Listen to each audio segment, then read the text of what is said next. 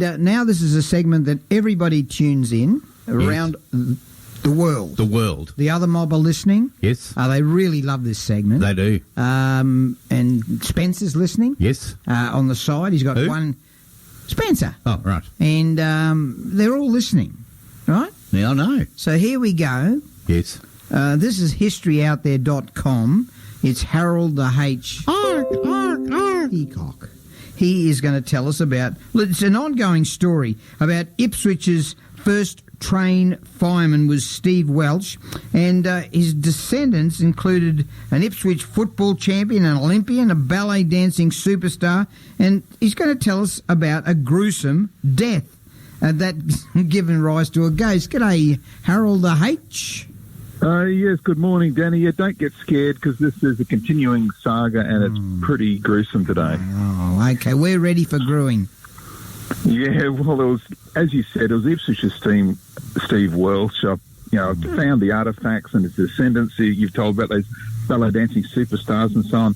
But now I want to tell you something supernatural that I found connected to his house site. Well, tell us. Now, the current owner of the farm, his name is Richard. Richard told me that for the last 20 years, he's been keeping a ghost experience to himself. You see, years ago on the old Welsh farm, Richard thought he saw, just for an instant, a grey figure dressed in old-fashioned clothes standing behind his house. Right. Now, Richard was talking to someone at the time, so he didn't say anything. But when he turned back, the figure was gone and no one else was about. Now, the story stayed with him, and he told no one. Until he told me now. Wow. Now, just down from Richard's current house, out in what is now a ploughed field, is where the Welsh house once was. Right. It was there possibly from the 1860s, but was removed in around 1912.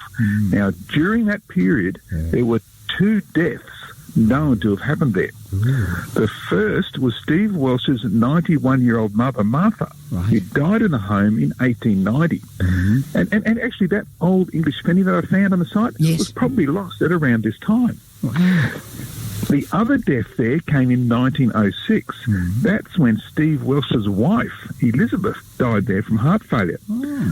But you see, neither Martha nor Elizabeth could be the ghost. Why? That's because Richard said that the pale figure that he saw was a man dressed in a long-sleeved shirt, long pants, and an old broad-brimmed hat.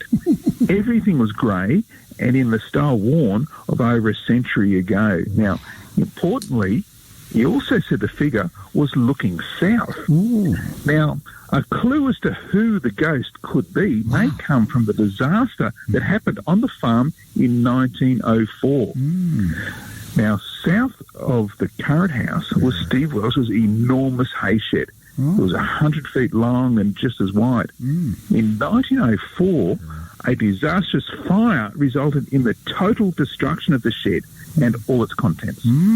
This included farm implements, machinery, and 160 tons of lucerne. Now, all this was valued at more than £1,000. Now, in today's money, that's over $1.1 million. Wow! Now, Steve Welsh, he didn't have any insurance, so the loss was totally devastating to him. Now, 2 years later in 1906 is when Steve Welsh's wife died. 4 months after that, he got remarried to Ada. And she was a girl 42 years younger than him. She was 27 and he was 69. Lucky bludgeon. Yeah, go on. Right, so to focus on his marriage, he leased out his farm and the new couple moved to Oxley. But the following year, 1907, is when Steve Welsh came to the most gruesome and grisly end you could possibly imagine. You see, he was driving his buggy and a spirited horse down Emily Road in South Brisbane. As he approached the intersection with Clarence Street, his horse veered as if it had seen a ghost, and it went into the path of a horse and cart coming the other way. That's when the shaft of the cart drove hard into Steve Welsh's groin. He was doubled over in pain and taken to the Brisbane General Hospital. That's where he suffered for 2 long days before passing away.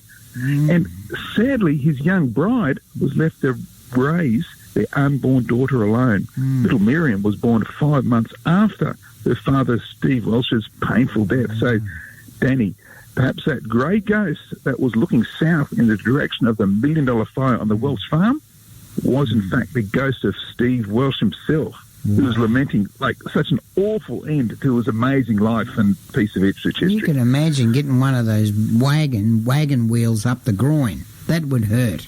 That'd make the bloke who's old fella out during the race not even worry. Well, he died two days later, and it must have been an agonising death for the poor fella. It must have. So he got it in the groin, and he died from a bruised groin. Correct. He was in hospital, and there's nothing they could do for him. A lot of bleeding, and that's right, back in those days. So, mate, how do we find this story and all your other stories that you keep producing the best? Yeah, look, go to historyouthere.com. I'm going to upload this story first thing in the morning, and there'll be photos and just all about the life and times and death of Steve Welsh, because he was an important part of Queensland Railway and Ipswich history. Look, you know, I'm not making this up. You're probably one of the best storytellers I've heard. I cannot believe we've tried to plant the seed in a few Ipswich officials about there's a book here, and there's some great stories that you're discovering about. Is this right, Damien? Exactly. It's really important stuff. I know. And we'll have to organise it ourselves. Dan, you want something done? Do it yourself. Do it yourself. Yeah, get on to Anastasia, will you? All right. It's 8:22. Yeah, before you send me off, look, we do have a lot of good supporters out there. So don't just say that, the Ipswich people, some people aren't paying attention, because we have a loyal listener, Linda. Now, last week she celebrated a birthday, so we got to say happy birthday, Linda. I know she messages you, Danny. She messages me, so happy birthday, Linda. Happy birthday, Linda. Happy birthday to you. A bit of Elvis. To you. Good on you. And a bit of Marilyn. Happy birthday to you. Oh, God, I tell you. It's 8:22 on West Bremer Radio. Thank you, Harold.